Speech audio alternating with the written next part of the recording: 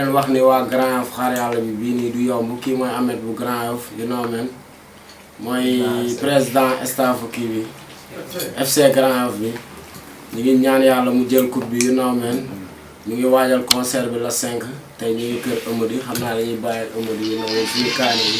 waaw di leen xamal ne rek waaw loolu la. concert bi la 5 la incha allah na ko Grand Yoff yëpp pare ñun pare nañ man pare naa.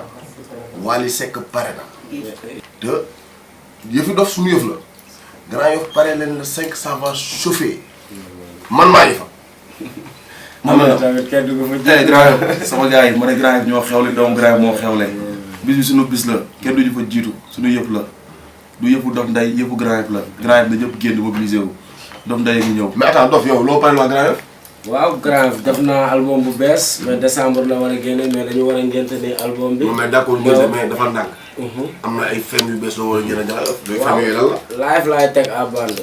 bii dootul yamati ci benn son. mais loolu dina garaaw. damay teg clavier batterie guitare tout ça. mais sama gars yi loolu dina garaaw. dof nday en live.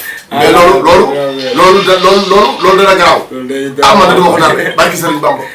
taas mbax gi moom bu ko tardé. dafa am taas mbax rëgin gars yi naan